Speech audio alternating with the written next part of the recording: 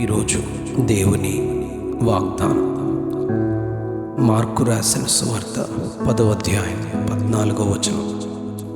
చిన్న బిడ్డలను నా యొద్దకు రానీయుడి, చిన్న బిడ్డలను నా యొద్దకు రానీయుడి. తమ చిన్న బిడ్డలను ముట్టవలెనని కొందరు ఆయన యొద్దకు వారిని తీసుకుని వచ్చిరి. అయితే శిష్యులు వారిని తీసుకొచ్చిన వారిని గద్దించిరి. యేసు అది చూచి కోపపడి, చిన్న బిడ్డలను నా యొద్దకు రానీయుడి, వారిని ఆటంకపరచవద్దు, దేవుని రాజ్యము ఇలాంటి వారిదే అని చెప్పి ఆ బిడ్డలను ఎత్తి కౌగలించుకొని వారి మీద చేతులుంచి ఆశీర్వదించెను. యేసుక్రీస్తు ప్రభు ఈ భూమి మీద జీవించిన 33.5 సంవత్సరాల్లో ఆయన 3.5 సంవత్సరాలు తండ్రి పరిచర్యను జరిగించారు.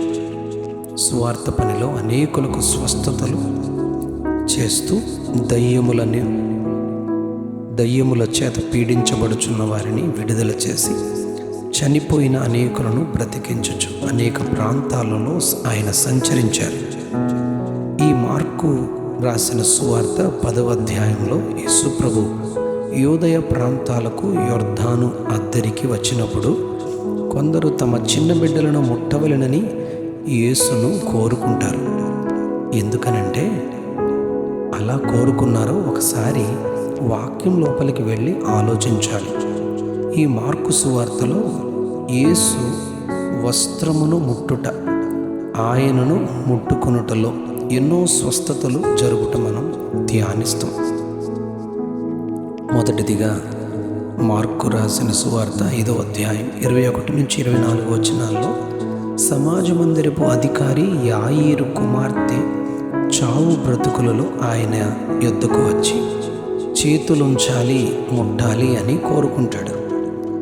5వ అధ్యాయం 41వ వచనంలో చేయి పట్టి చనిపోయిన కుమార్తెను యేసయ్య బ్రతికిస్తారు.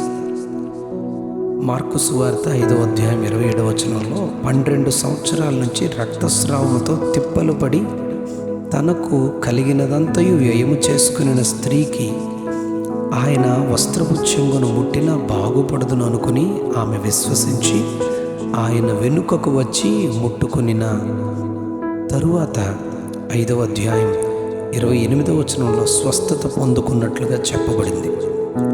మార్కు సువార్త 6వ అధ్యాయం 56వ వచనంలో గ్రామాలలోనూ పట్టణాల్లోనూ పల్లెటూళ్ళలోనూ జనులు రోగులను సంత వీధులలో ఉంచి వారిని ఆయన వస్త్రపు చెంగు మాత్రము ముట్టనిమ్మని వేడుకుని ఆయనను ముట్టిన వారందరూ స్వస్థత పొందినట్లుగా అక్కడ చెప్పబడింది.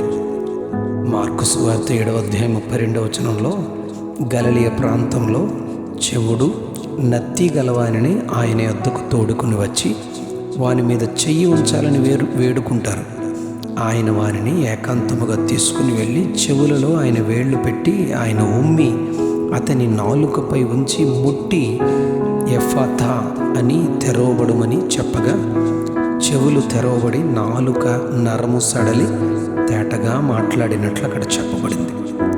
మార్కు సువార్త 8వ అధ్యాయం 22వ వచనంలో బేత్సయిదాలో ఒక గ్రుడ్డివాడిని తీసుకుని వచ్చి వారిని ముట్టాలి అని వేడుకుంటారు. యేసు అతనిని ఊరి బయటకు తీసుకుని వెళ్ళి కన్నుల మీద ఉమ్మి వేసి వాని మీద చేతులుంచి మరలా కన్నుల మీద చేతులుంచగా వాడు స్వస్థతను తేటగా కంటి చూపును తను పొందుకున్నట్లుగా చెప్పబడింది. మార్కు సువార్త 9వ అధ్యాయం 27వ వచనంలో మోగదైన చెవిటి దెయ్యము పట్టిన తన కుమారుని ఆయన యొద్దకు తీసుకుని రాగా ఆయన దయ్యాన్ని గద్దించి వెళ్ళగొట్టినప్పుడు అతడు క్రింద పడిపోతాడు. ఆయన చేయి పట్టి వారిని లేవనెత్తి స్వస్థపరిచినట్లుగా 10వ అధ్యాయంలో తాను చిన్న పిల్లలను ఆయన ముట్టాలని తీసుకుని ఆయన యొద్దకు వచ్చిన కారణం కూడా ఇదే. 16వ వచనంలో ఆ బిడ్డలను వారు తీసుకుని వచ్చినప్పుడు ఆయన ఎత్తుకుని కౌగలించి వారి మీద చేతులుంచి వారిని ఆశీర్వదించారు. ఎందుకు యేసు ప్రభు శిష్యులతో చిన్న బిడ్డలను నా యొద్దకు రానీయుడి అని అన్నారు? కొన్ని కారణాలు చూద్దామా? ద్వితీయోపదేశకాండం 4వ అధ్యాయం 8 నుంచి 16 వచనాల్లో ధర్మశాస్త్రములోని కట్టడలు, నీతి విధులు నీ కుమారులకు కుమారుల కుమారులకు నేర్పాలి అని దేవుడు ధర్మశాస్త్రంలో తెలియచేశారు.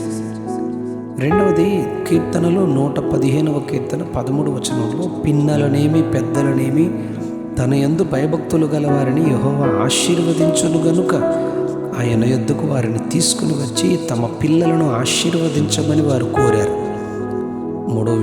మూడవదిగా సామెతలు 22:6లో బాలుడు నడవవలసిన త్రోవను వానికి నేర్పాలి, అప్పుడు వాడు పెద్దవాడైన దాని నుండి తొలగిపోకుండా. కనుక దేవుని యొద్దకు తీసుకుని వచ్చి ముట్టనిమ్మని వారు కోరారు, కానీ యేసు ఎత్తుకుని కౌగలించి వారిని ఆయన దీవించారు. మత్తయి సువార్త 4వదిగా మత్తయి సువార్త 14:21లో యేసు ప్రభు 3 రోజులు కొండ మీద ప్రసంగం చేసిన తర్వాత 5,000 మందికి ఆహారం అందించడానికి మూలం ఆ చిన్నవాడే. భోజనం చేసిన వారిలో స్త్రీలు పిల్లలు కూడా ఉన్నారు. ఐదవ విషయం మత్తయి సువార్త 21వ అధ్యాయం 15వ వచనంలో లూకా 19:40లో యేసు ప్రభు యెరూషలేములోనికి జయప్రవేశం చేసినప్పుడు గాడిద పిల్ల మీద ఎక్కి వస్తుండగా చిన్నపిల్లలు దావీదు కుమారునికి జయము జయము అని కేకలు వేసి దేవుని మహిమపరుస్తారు. వారు ఈ పిల్లలు కేకలు వేస్తున్నారని ప్రధాన యాజకులు వారు యేసు ప్రభుతో అంటే, మీరు ఈ పిల్లలను కేకలు ఆపితే ఈ రాళ్ళు కేకలు వేస్తాయని యేసు ప్రభు వారు చెబుతారు. 6వదిగా 2వ రాజులు 5వ అధ్యాయం 3వ వచనంలో ఇశ్రాయేలు చిన్నది షోమ్రోనులోనున్న దైవజనుని యొద్దకు నయమాను స్వస్థత కొరకు మార్గం సరళం చేస్తుంది. నయమాను భార్యతో చెప్పి చక్కని సువార్తను నయమాను స్వస్థత కొరకు ఆమె చెబుతుంది. చిన్న బిడ్డలను నా యొద్దకు రానీయుడి, అలా రాకుండా ఆపేవారి మెడకు తిరుగటి రాయి కట్టి సముద్రంలో పడవేయబడడం మేలని వాక్యం చెబుతుంది. 7వదిగా సమూయేలు మొదటి గ్రంథం 1వ అధ్యాయంలో 24-28 వచనాల్లో పాలు మాన్పించిన తరువాత హన్నా సమూయేలును అను తన కుమారుని బాల్యంలోనే దేవుని సన్నిధిలో విడిచిపెట్టి వెళ్తుంది. ఆ కుమారుడు గొప్ప ప్రవక్తగా తన నోటితో పలికే ప్రతి మాట దేవుడు స్థిరపరిచేవాడు. కనుకనే చిన్న బిడ్డలను ఆయన సన్నిధిలో సమూయేలు వలె పెంచాలి. అట్టి కృప మన బిడ్డలకు ప్రభువు దయచేయునుగాక. Amen, amen, amen. చిన్న బిడ్డలను నా యొద్దకు రానీయుడి, చిన్న బిడ్డలను నా యొద్దకు రానీయుడి.